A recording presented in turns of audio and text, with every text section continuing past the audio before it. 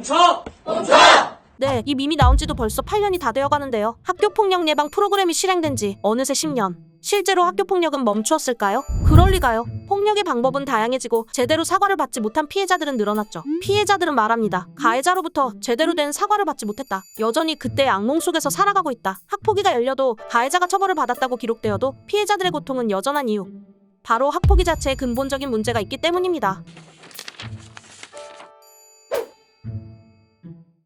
학생들은 학폭위를 믿지 않습니다. 심지어 학폭위의 기본이 사건의 은폐와 축소라고 생각한다는 의견도 있습니다. 그럴만하죠. 실제로 학폭위에서 결정된 처분 10개 중 7개가 솜방망이로 끝났으니까요. 사건이 학폭위로 넘어가게 되면 학폭위 안에서 징계 수위를 정해야 합니다. 심각성, 고의성, 지속성, 반성과 화해 정도 이 5가지 항목을 0에서 4점까지 각각 점수를 매겨야죠. 처분은 2로 서면 사과부터 구호 퇴학까지 존재합니다. 합산 점수가 높을수록 처분 강도도 강해지죠. 가해자가 사후 사회봉사 이상의 처분을 받게 되면 해당 기록은 생활기록부에 남아 대학 입시에 큰 영향을 끼치게 됩니다. 학폭위에서의 결정이 학생의 미래를 망칠 수 있다는 부담 때문일까요? 아니면 학교의 이미지 때문일까요? 자료를 보면 학폭위에서 결정된 처분 중 68%가 모두 생활기록부에 남지 않는 일에서 사무였습니다. 가해자가 피해자에게 사과하겠다고 약속만 한 상태에서 반성과 화해에 적극적이라며 낮은 점수를 준다거나 피해자의 피해 사실이 있음에도 학폭위 자체에서 장난으로 해석하여 혐의 없음으로 종결하는 등 학폭위의 사건 축소와 은폐 사실은 계속해서 드러나고 있는 상황입니다. 문제는 처분 수위가 낮으니 그만큼 피해자에 대한 보호도 약해진다는 것입니다. 지난 5년 동안 학폭위의 피해자 보호 조치 11만 7천 건 가운데 심리 상담이나 조언이 71%를 차지합니다. 피해와 가해 학생이 마주치지 않도록 분리하는 일시 보호나 학급 교체 조치는 각각 7%, 1%밖에 되지 않았어요. 피해자는 가해자와 계속 한 공간에 있는다는 압박감과 트라우마를 견뎌내야만 하죠. 결국 전학을 가는 것은 대부분 피해자입니다.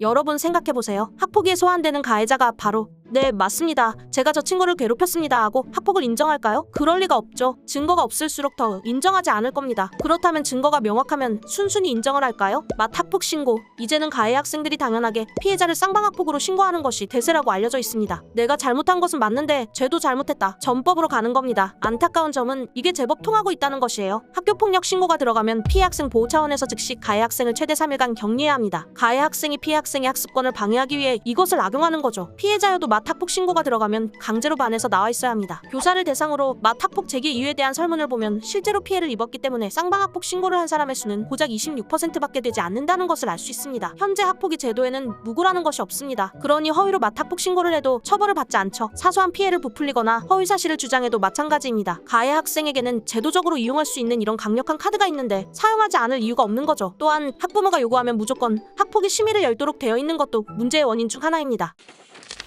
반성과 화해, 학폭. 사실 이런 문제가 발생한 근본적인 원인은 바로 학폭위원회의 리걸 마인드 부재에 있습니다. 리걸 마인드는 법적인 문제 상황을 해결할 때 갖추어야 하는 일정한 체계나 원리를 뜻합니다. 어떤 사건에 대해 사실관계를 명확히 따지고 관련 법과 전체적인 사건의 흐름과 관계를 종합적으로 생각해내야 한다는 거죠. 법조인이라면 반드시 가지고 있어야 하는 것 중 하나입니다. 문제는 학폭위가 엄연히 법적인 문제에 해당되는 사건을 다루면서 리걸 마인드가 존재하는 전문가가 거의 존재하지 않는다는 점입니다. 학폭위를 구성하는 학폭위원회는 공무원, 교사, 학부모, 법조인, 경찰, 의사에 해당하는 사람만이 선출될 수 있습니다. 법조인과 경찰이 학폭위원회 구성원에 반드시 있을 수 있다면 좋겠지만 현실은 대부분이 학부모로 이루어져 운영되고 있습니다. 교사도 신입교사나 기간제 교사들이 위원회 자리에 앉습니다. 사건에 대해 조사하는 것부터 가해 학생 부모의 이의 신청까지 상당한 스트레스가 발생할 수밖에 없기 때문에 많은 교사들이 학폭위원회 자리를 꺼려하거든요. 전문성을 가지지 못한 학폭위에서는 피해자에 대한 2차 가해도 종종 일어납니다. 피해 사실에 대해 피해자에게 책임을 묻는다던가 트라우마를 자극하는 자료화면을 예고 없이 보여주는 등 피해자를 위해 하는 학폭위가 오히려 피해자를 더 자극하고 있는 거죠.